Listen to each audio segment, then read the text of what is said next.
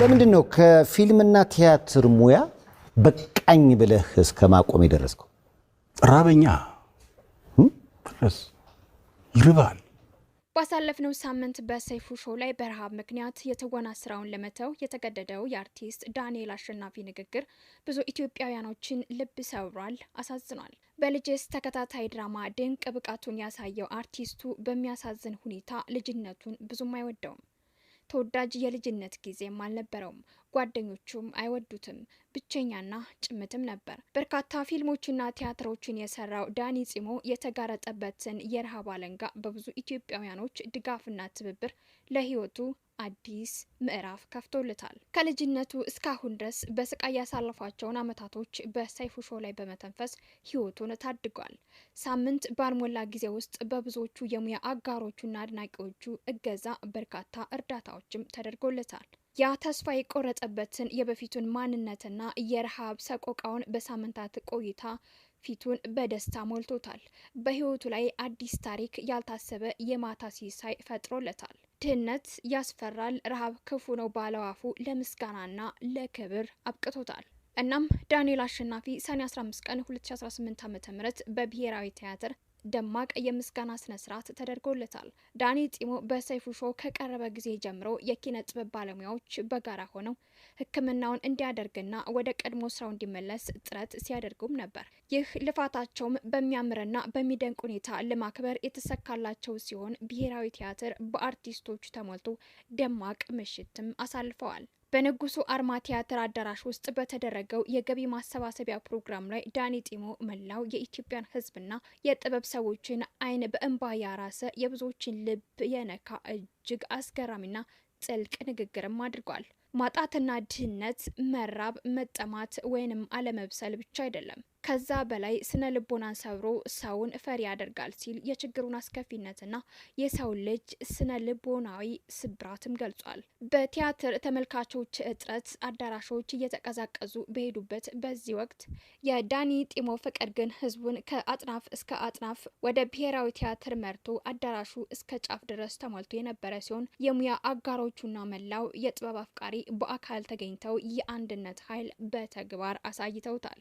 በወቅቱ ለዳኒ የተደረጉት ታላላቅ ድጋፎች መካከል ሙሉ የቤት እቃዎች ለማሟላት ቃል ተገብቶለታል። አርቲስት አማኑኤል ሀብታሙ በመድረኩ ላይ ትልቅ የክብር ሽልማት የሆነ ዋንጫም ሸልሞታል። አርቲስት ሚኪያስ መሐመድ ለዳኒ ጺሞ 100 ሺህ ብር፣ አርቲስት ቤዛ ኃይሉ 50 ሺህ ብርም ሰጥተውታል። ታዋቂው ቲክቶከር አዶናይ መኖሪያ ቤቱ ላይ በክብር የእራት ግብዣም አድርጎለታል። የውጭ ሀገር ሕክምናውን አስመልክቶ የታዋቂው ሞርኒንግ ስታር ባለቤት ዶክተር ሪያድ ኢሳያስ የሞርኒንግ ስታር ባለቤት ሙሉ የሕክምና ወጪ ለመሸፈንም ቃል ገብተውለታል። ወደ ህንድ ሀገር ሄዶ ለሚያደርገው የሕክምና ጉዞ የሕክምናውን 25% ጨምሮ እዚያ በሚቆይበት ጊዜ የአልጋና የተለያዩ ወጪዎች ሙሉ በሙሉ የሚሸፍን ሌላ ታላቅ የህክምና ተቋም ፈቃደኝነቱን አሳይቷል። በብሔራዊ ቲያትር ቤት የሚታየውን ንጉስ አርማ ቲያትር ሙሉ ገቢው ለእርሱ እንዲሰጥ ዝግጅት ለማድረግ ለተሯሯጡ ለሚያውቁትና ለማያውቁት የሙያ አጋሮቹና አድናቂዎቹ በሙሉ ምስጋናውንም አቅርቧል። በኢትዮጵያ ብሔራዊ ቲያትር ካለፉት 30 ዓመታት በላይ በመድረክና በተለያዩ ፊልሞች ላይ ወጣትነቱንና ሙሉ አቅሙን የሰጠ ባለሙያ ነው ተዋናይ ዳንኤል አሸናፊ። ሰሞኑንም በሰይፉ ፈንታውን ሾው ላይ ቀርቦ የተናገራት ቃል ግን የብዙዎችን ሰዎች ልብ ነክቷል፣ አሳዝኗል። ለዕለት ኑሮው ረሃብ ክፉኛ እንደገረፈውና ከአዲስ አበባ ለመኖር እንደከበደው ከተማ ለቆ ወደ ገጠር እናቱ ጋር ለመሄድ እስከ መዘጋጀት የደረሰበትን የኑሮ ውጣ ውረድ ሲናገር ብዙዎችንም አስለቅሶ ነበር። ራበኝ ከሰው ልጅ አፍ ሲወጣ እጅግ የሚጨንቅ ሰሚን የሚያስደነግጥ ቃልም ነው። ይልቁንም ደግሞ ሌሎችን በኪነ ጥበብ ሲያዝናና ሲያስተምርና የህዝብ ድምጽ ሲሆን የኖረ አርቲስት በኑሮ ውድነት ምክንያት ራሱን ማስተዳደር አቅቶት ይህንን ቃል ሲናገር ስብራቱ ይበልጥ ጥልቅና አሳዛኝም ይሆናል። ለዚህም ነው እንግዲህ ሰኔ 15 ቀን በብሔራዊ ቲያትር ላይ ታላቅ የክብርና የገቢ ማሰባሰቢያ ፕሮግራም የተካሄደለት። ከፊልምና ቲያትር ስራ በቃ ብዬ የተውኩት ስለ ራበኝ ነው፣ የኛ ስራ አንድ ጊዜ ይመጣና የሆነ ወራት ደግሞ ይጠፋል በማለትም ነበር የተናገረው። አርቲስቱ ጀርባው ከ20 ዓመት በፊት ሰርጀሪ ተሰርቶ የህክምና ስህተት ተፈጽሞበታል። ሰርጀሩን አበላሽተው ስለሰሩት ቤት ከተቀመጠ ከ1 ዓመት ከ10 ወር በላይ የሆነው ሲሆን አንድ ቲያትር ግን ማስታገሻ እየወሰደ እንደሚሰራ ነው የተናገረው። ቲያትር መስራት የጀመረው ጅማ ውስጥ በሚያገለግልበት ቤተክርስቲያን መሆኑን የተናገረው ዳንኤል ከዚህ በፊት የብረት ብየዳ ሸክም ወይንም ደግሞ ወዛደርነትና የመንገድ አስፋልት ስራንም ሰርቷል። በሚያሳዝን ሁኔታ ልጅነቴን ብዙም አልወደውም፣ ተወዳጅ የልጅነት ጊዜ የለኝም፣ ጓደኞቼ አይወዱኝም ያለው ዳኒ በልጅነቱ ብቸኛና ጭምት እንደነበረም ሊሰማ ነው። ሀገርን ለመጠበቅ ወታደር ቤት ገብቶ ሳይመቸው ወጥቷል። ከወታደር ቤት ወጥቶም ወደ ትውልድ ሀገሩ ጅማ ድረስ በእግሩ ተጉዟል። የኛ ስራ መድረክ ላይ ተጨብጭቦልን በእግራችን ወደ ቤት እንገባለን ያለው ዳኒ ከጀርባ ህመም ጋር ተያይዞ በታክሲ መሄድ አይችልም። በራይድ እየተመላለሰ ይሰራ እንደነበር ነው ያስታወሰው። ልጅስ ተከታታይ ድራማ የሚኮራበትና እንኳንም ሰራውት የሚለው ድራማ መሆኑን የገለጸው ዳኒ ከመድረክ የቲያትር ስራዎቹ ደግሞ ሲናሮ ተወዳጅ ስራው መሆኑንም ሰምተናል። በዓለም አቀፍ ደረጃ ልጅስ ተከታታይ ድራማ ታጭቶም ተሸልሟል። በልጅስ ተከታታይ ድራማ ዝነኛና ታዋቂ የሆነው አርቲስቱ ከ10 በላይ የቲያትር ስራዎችንና ወደ 20 ገደማ የሚደርሱ ፊልሞችንም ሰርቷል። ግሪክ ሀገር ሄደን ቲያትር ሰርተን ተመልሰናል ያለው ይህ አርቲስት አብዛኛውን ጊዜ እኩይ ገጸ ባህሪ ወክሎ በመጫወት ይታወቃል።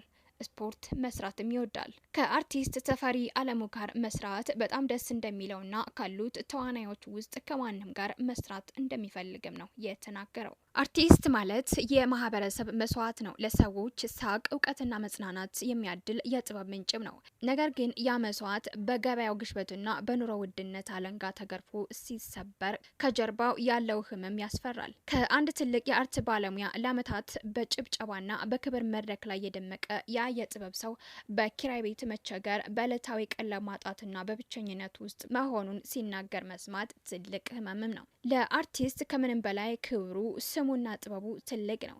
ረሃብን ደብቆ የውስጥ እንባውን አፍኖ መድረክ ወይንም ደግሞ ካሜራ ፊት ፈገግ ማለት ምንኛ ከባድ ስቃይም ነው። ሰዎችን በስራው ሲመግብ የነበረ እኔ ግን ራበኝ አጣው ሲል ለሀገሩ ባህልና ጥበብ ህይወቱን ሰጥቶ ሀገሩ ግን ለአንድ ጉሮሮ የሚሆን እንጀራም እንደነፈጋቸው ነው ጸሐፊዎቹ የገለጹት። ይህ የብዙዎችን የውስጥ የለቅሶ ድምጽም ነው።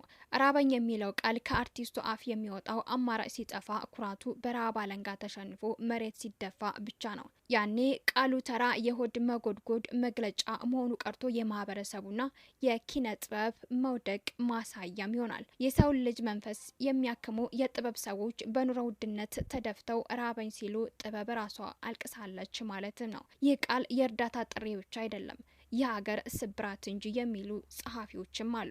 አርቲስት ዳንኤል አሸናፊ ዳኔ ጥሞ ያልተዘመረለት የጥበብ ኮከብ በሚል ርዕስ በአድናቂዎቹ የሙያ አጋሮቹ የጥበብ ቤተሰቦች በተገኙበት እንግዲህ ሰኔ 15 ቀን በክብር መመስገኑም ይታወቃል።